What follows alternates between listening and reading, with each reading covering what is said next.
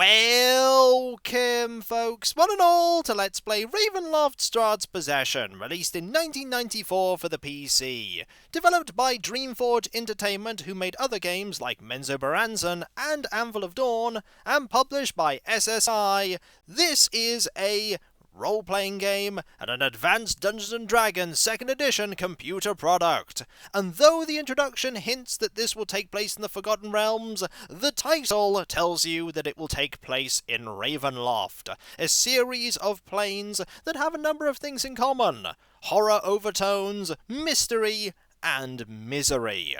What fate awaits us in Ravenloft? Who is Strahd, and what is his possession? We may find the answer to these things as we play, but before we start, there is something I need to mention, and that is that aside from the very beginning of the game itself, I have no experience playing this game, so kindly do not spoil things for me in the comments. I don't want to know what's going to be happening in the game, and I'm sure people that haven't seen this game be played before also don't want things revealing to them, though I can probably guess that there is going to be a subtle undead theme in this game, which will be influencing how I generate my characters.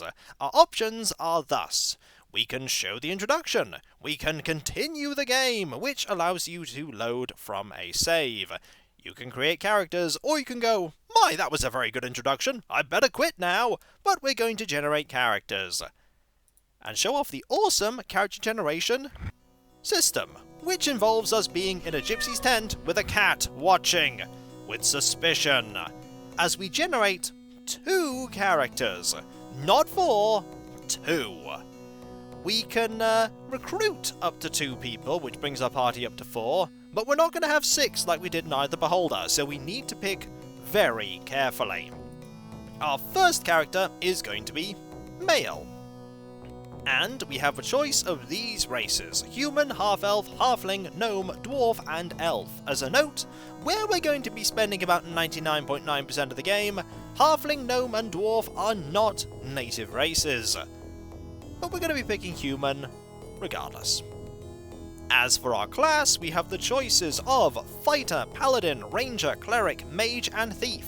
Thief, by the way, is a class that really is not useful in this game. There are only going to be a few instances where we're going to be taking advantage of the thief's ability to find traps and open locks.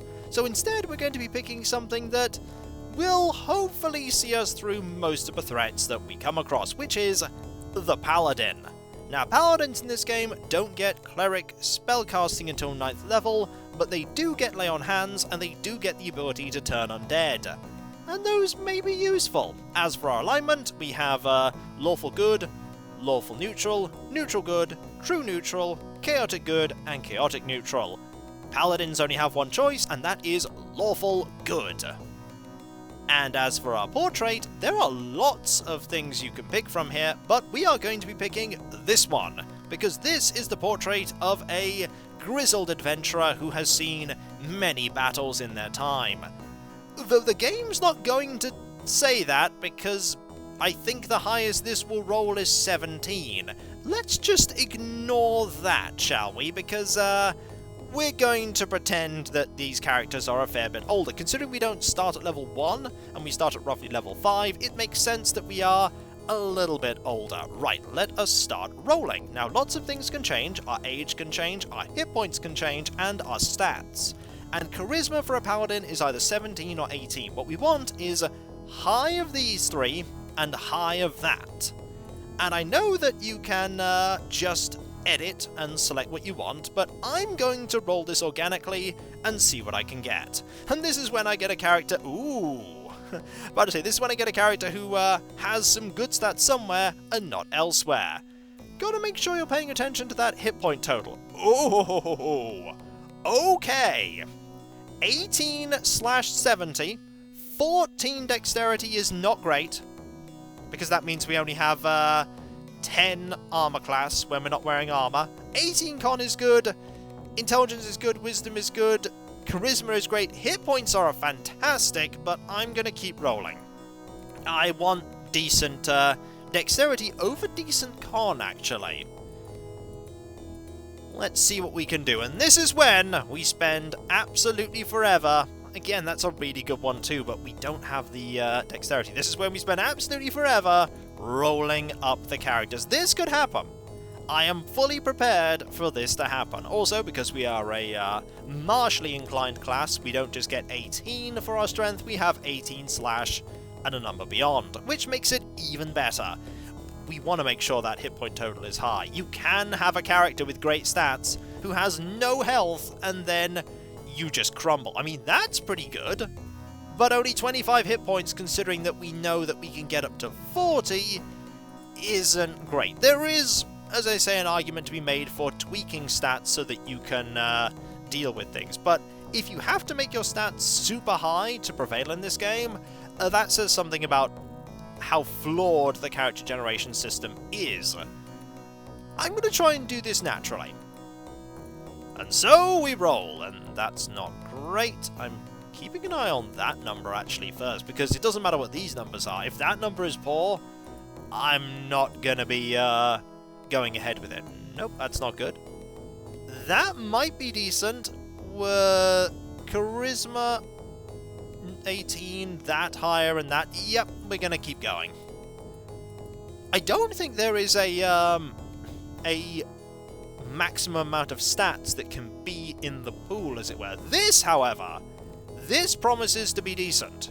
18 slash 56, 16 dexterity, 14 constitution, 12 int, 15 wisdom, 17 charisma, and a maximum hit points of 36. You know what? We're going to go with that, and we're going to pretend that that's not our age, because this person must be at least in their 30s, maybe even 40s.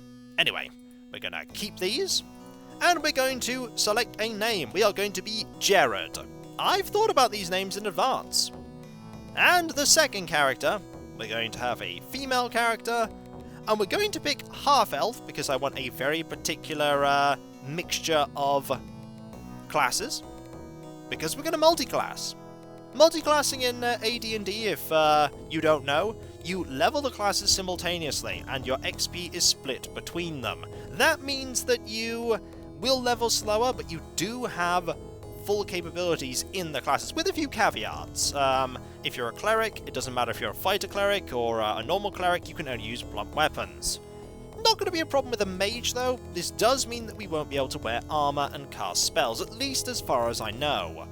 So, cleric mage switches round to mage cleric. We are going to be a neutral good mage cleric, and I really like this portrait.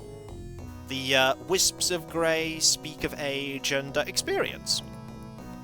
Now, we want a lot of health here. We want high dex, we want high int, and we want high wisdom. So let's see what we can do here. I don't think our health is going to go up that high, but we could, as we see there, we could probably get health in the 20s, but wisdom there, pretty poor.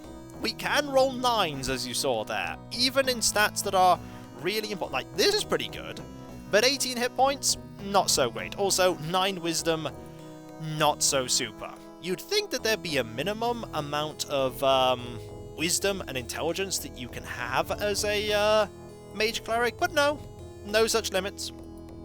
I'm not bothered about strength, though dexterity would be nice to have, because armor class is good. We're not going to be wearing armor. And roll we did! Roll forever? Maybe. You can get 10 hit points, and for a level 5, level 4 character, that is pretty bad. I mean, that's pretty decent, but not a lot of dexterity there. That's also not bad, but not a lot of hit points. That's not a lot of dexterity there. That's 9 wisdom. I was thinking, ooh, that looks pretty good, and then I saw 9 wisdom. Not the wisest cleric we've ever seen. That's okay, but I would like a little bit more dexterity, and that one I'd like a little bit more wisdom, to be honest. 16. Ooh, intelligence is kind of poor there. That's... no. If wisdom was higher there, I'd probably take that one. That's also pretty decent. That's not because of 9 there. Okay, that, if dexterity was higher, I'd jump at it. But dexterity is not higher, so I am not jumping at it. We do need to be very much ready for the very first encounter in the game, because the very first encounter is actually kind of tricky. Ooh! Okay, only 15 health, but 18 wisdom, 16 intelligence, 18 charisma, 18 con, and 17 dex. Absolutely we're keeping that. And we're going to be Alorora. And so, when we come back, folks, we have Jared and Alorora ready to give chase to that assassin. Will we succeed? Will we fail? There's only one way to find out, and that is to watch the future. And so, I'll catch you next time, folks, and I'll see you then. Later.